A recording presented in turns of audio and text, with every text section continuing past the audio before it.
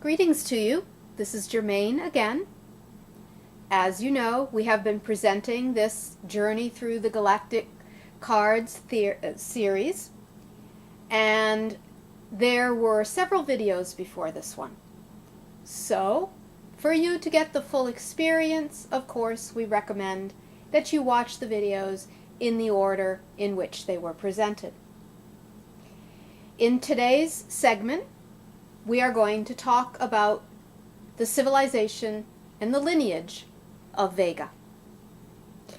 If you remember from the last series, we concluded with the second era Lyra civilization. And we spoke about how they were manifesting more of the masculine principles of existence, very much focused with being driven in the physical reality. Being that these Lyran civilizations were the first who really populated your general neighborhood, it stands to reason then, of course, that there were groups who really did not resonate with the way of being that the Lyrans had embraced until that point. And these groups began to split off and away from the main Lyran lineage. These groups then found new areas to populate, and they wished to explore a different way of being. But you will see that sometimes original intentions don't always manifest the way those intentions were originally seeded. So, let's take a look then at the very, very early Vegan civilizations as they split off from Lyra. The original intention then for the split was to explore more what you might call a feminine way of expression, whereby the Lyrans were more interested in external reality and the shaping of worlds, and really, characteristically speaking, expressing more of masculine energy. These Vegans that initially split off wished to explore more of what you might call feminine principle. And that brings us then to the first card here, number 19. It's the first Vega card of the deck. And the theme of this card is feminine principle. You'll see that the time stream that we've labeled is past. What this refers to really is the first era Vegan civilization. So we're speaking actually of very, very, very old, very ancient. Now, these original Vega groups, as we said, split off from Lyra, colonized in areas that you might call closer to your solar system. And thus the star that you refer to as Vega now is a really good location point to describe the area or the general neighborhood of these original colonies. Of course, we are speaking of a very long time ago, so actually stars have been born and stars have died since this time. This is how old the lineage really is. Okay, so these original beings then, that we call Vegans, they began to colonize their planets and explore the idea of feminine principle. What does that mean? What it means is that they chose to go inward. They really retained a lot of the memory of where they came from. They had the knowledge that they were originally one unified consciousness that is exploring its own journey into separation and forgetfulness. And these teachings then were a very basis for their philosophical foundations of their civilization. So inherently, these very, very ancient Vegan civilizations were more spiritual in nature because they were mostly concerned with returning back home, returning back to the state of oneness, and in so doing, choosing to manifest a path where they were focused inwardly on their own growth. Now, looking at this from the bird's eye perspective, and looking at it from the perspective that the original one consciousness had a directive that it wished to explore separation, you could see then from this bigger perspective that these very, very early Vegans were really trying to take a shortcut. They were it was kind of like they were saying, we don't want to explore deeply into separation, we just want to go back home. So this was kind of the initial place where they were at, where they were really looking to go back home rather than to truly explore the idea of separation. Okay, now, as you will see as we journey through this first era, but into the second era especially, and then into the other civilizations that split off from Vega, you will see that this original intention for an exploration of the feminine or the internal ended up taking a very, very big detour. But that's a story to be continued later, as you will see. For now then, these very, very early Vegans began building what they call the original seeds of Vegan mysticism, which has been the core philosophy, the core spiritual teachings, if you will, of your entire galactic family, because the Vegan mysticism influenced every other civilization that came after it, including you on Earth. And we can get to that again a little bit later, because you see the seeds of Vegan mysticism in some of the ancient religions on your world. Okay, back to this journey then.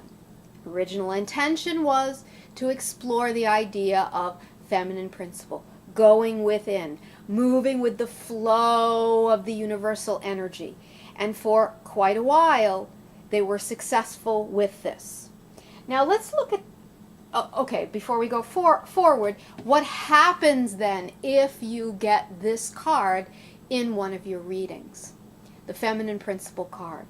Well, you're going to find that you're really going to have to use your intuition in terms of how to interpret it for you, for what's going on in your life, and also connected to the surrounding cards. But very often it will point to the idea that either you are too focused in an unbalanced feminine energy, or that you need to perhaps explore more of the feminine energy even more. Or it could also be saying that perhaps you think you're exploring feminine energy, but it's really just more of the masculine energy in disguise. So it can be many, many different interpretations depending upon your particular situation. And this is one of the reasons why we say it's very, very difficult to teach people how to read these cards, because it's very tied to your own intuition and bringing the pieces together of everything going on in your life along with the other cards that have shown up in the reading as well. Okay, so let's move then to the next card. This next card actually has caused a lot of confusion. We've gotten a lot of questions about it. So we're going to talk a little bit more about it now. It is card number 20, Vega card, past time stream, which is first era again. And the theme is power of sound. Okay, what does this mean? Well, we can look at it esoterically and we can look at it literally. So we're going to look at it first literally. Power of sound. This is actually specifically referring to a branch of teachings within Vegan mysticism that dealt with using sound as a way not only to facilitate spiritual transformation, but to also facilitate healing. And actually in later times, especially as the Orion civilization came into being, which sprang from the Vegan, sometimes the sound was used also for warfare. So why sound? Well, as you well know, when the fragmentation happened from the original one, a spectrum of energy was created. And along this spectrum of energy, you have light, which is what you experience as light, and you also have what you experience as sound. So when we're speaking of sound, we're talking specifically about part of the electromagnetic spectrum that has to do with vibration that can be audibly, through hearing, felt, or energetically felt through vibration. And these ancient Vegans were masters at working with sound. So this card then particularly has to do with a very specific Vegan memory of your lineage. And many of you in this reality now still have some of the memories from this ancient time when sound was used for a variety of purposes. Now, originally, of course, sound was used more in a feminine way, meaning that it was used primarily for healing and for, let's say, consciousness journey. A very simple exploration of this, or example of this, is the sound that you have called Om, which many have said is the original frequency of the universe. That if you could hear the frequency of creation or of the universe, it would sound like Om. And we would say that is true. However, every different species, every different civilization, according to their own body structure and the way they perceive energy, might hear it slightly differently or interpret it slightly differently, but that is indeed what it represents. So sound in that way was considered one of the very, very first harnessable energies from the electromagnetic spectrum that could be used to alter consciousness. Now, of course, maybe some of you are asking, what about light? Well, light is, of course, one of the first, but light is harder to harness, at least for these Vegans, and less dense. At this point, the Vegans were embodied in physical bodies, and so sound was much easier for them to work with as a means to, for all sorts of ideas, whether it be, as we've said, consciousness evolution, but also even building in your reality, meaning that sound frequency could be used, and quite simply, it's actually quite a simple technology to move stones and things such as that in order to build structures. This is also how many of the structures of your ancient world were built as well, with this technology taught to you by your ET forefathers.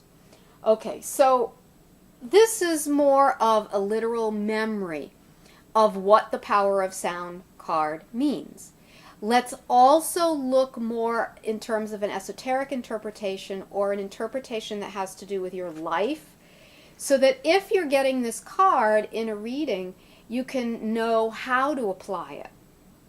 Now, of course, if you're getting the card in the reading, it could have to do literally with a past life memory or a skill that you had in the past, but sometimes that's a little bit difficult to harness and use in this reality. So we're going to look more at more of a symbolic idea of what it means for your life here as humans. One of the primary methods that humans use to communicate is through language. And language, of course, comes through, as it is manifest in humans, the voice. So power of sound has to do with expression. It has to do with creativity. It has to do with channeling. It has to do with connecting with the universal energy and bringing it through your language into life on Earth. But also sound represents truth, Are you speaking your truth? Are you expressing your truth? So if you've gotten the power of sound then in a reading, it could be talking about a whole host of things that have to do with past lives within the ancient Lyran civilizations using the power of sound. But also it could be really a message for you in current life now that has to do with, are you holding back your truth? Are you expressing yourself? Even though sound, when you think of sound, the first thing you think of might be how humans make sound. Think of it more in the greater idea of sound being simply an expression of truth. So expressing your truth might not necessarily be verbal, but it might be just in a way of being. So the question then is, are you expressing your truth? Or are you forcing your truth on others? Again, it will depend on the reading itself, the surrounding cards, your life situation, etc. We know some people have had a little bit of a challenge reading this particular card, and so we hope that what we've said is going to be helpful to give you a little bit more of a context about how to interpret it. But it has to do with the creation of non-physical frequency into the physical world and the myriad ways that that can be used or expressed, including through the expression of personal truth. Okay, so now we go back to this idea of these ancient Vegans, and we go back to the idea of how they originally intended to express the feminine principle. However, being that physicality by its nature is in your reality often a masculine expression anyway, their original intent began very, very slowly skewing toward the masculine. So one of the things that began to happen very, very early on was that through their Vegan mysticism schools, through their spiritual teachings, they began to form a belief system that anything they perceived that would be an obstacle toward going back home to the One would be something that is undesirable and non-spiritual. Most of you know now that this belief system is harmful and stops your progress, but they did not know this at that time. So let's look then at the next card, which is card number 21. Again, Vega, first era. And the theme is self-sacrifice. Okay, what does this mean? Well, you probably know where we're going with this. But as we just said, if this belief system began to be formed that anything they perceive that is undesirable or an undesirable expression of a physical being starts to become pushed down, then you start to see that how this looks for them is that they started to sacrifice their happiness. They started to sacrifice aspects of themselves that were needed and required for their evolution. So this is where what you call perhaps ascetic practices or very, very painful or super disciplined practices began. So if there were undesirable emotions, such as desire, and maybe even for some sects, joy, then these beings would begin sacrificing those aspects of self in order to focus on their evolution. Now, you have reflections of this in your world now when you look at perhaps monks who have such disciplined existences that they basically don't smile, they don't express their joy, And you even have some sects, especially within Christianity, that are self-punishing. That's where this comes from. So, being that the patterns of your Vegan forefathers have indeed influenced you on Earth, this is a very, very significant ancient pattern to look at now. So what happens if you get the self-sacrifice card in a reading? It's very interesting, but when we see people's reactions when they get this card in a reading, they very often immediately know what it's referring to. Because most people on Earth, to some degree, sacrifice their joy, sacrifice their happiness to either pleasing other people, or to pleasing an inner tyrant, or to pleasing the voice of the parent that was instilled as a child. And so sacrificing your own happiness without even being aware of it seems to be a very common theme for humans. It's one that you are moving out of eventually, but it's still there right now very strongly. So if you get number 21, self-sacrifice, in a reading, it's a very, very important card to pay attention to, because it's telling you that you need to look at your patterns of self-sacrifice or self-sabotage. And usually that means that that is a key to your spiritual freedom, to your spiritual growth. To look at that and begin to shift those patterns. Your Vegan forefathers really went millennia not seeing that pattern within themselves, and eventually it caused for them so much pain. All right, let's look at the final card then. Again, this is the first era, Vega, and this is number 22. The theme is homesickness. Now, we've kind of hinted at this a little bit before, because we were saying that these very ancient Vegans basically wanted to return to the source as quickly as possible and not experience the prime directive, so to speak, that came from the One, which was go forth and experience separation. This is the inherent energy, actually, that drives most consciousness.